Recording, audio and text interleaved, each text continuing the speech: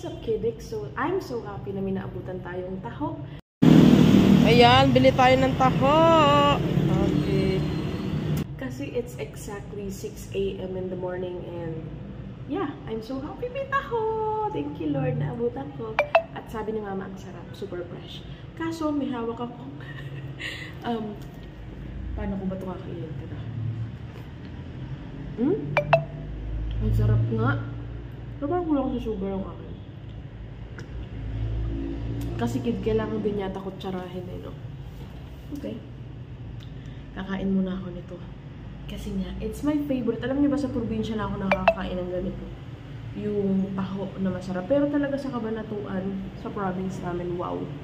Grabe, super sarap ng taho doon. Nakakamiss nga eh. Alam niyo ba nung kabataan ko? Laging may taho. Pag sumigaw na yung taho,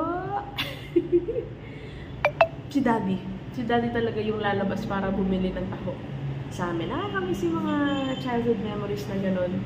Kayo, ano ang memories niyo sa taho? Mahilig din ba kayo sa taho? Kasi ako,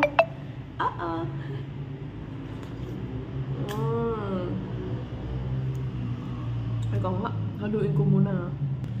So, ayan. Ginawa natin ng paraan. Inipit natin yung stick ko sa akong hita. Salamin nga tayo. Kain tayo.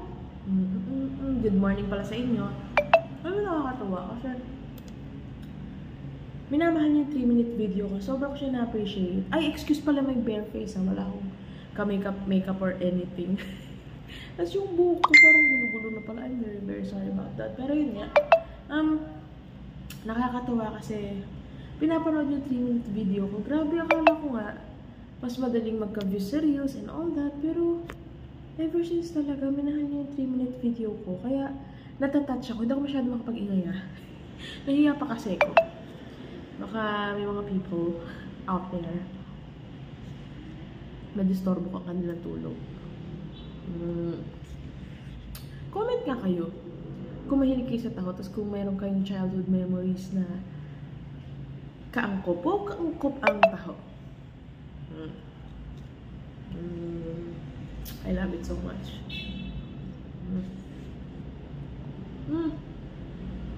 Do not forget pala to follow my personal account, Karing Grace Divina, and also para supportahan nyo ang aking pag-artista, pag-actress, pag-directing, pagiging writer ko, or pagiging filmmaker ko. Follow and subscribe po kayo sa Moonsy, sa Facebook page, at saka sa YouTube channel namin.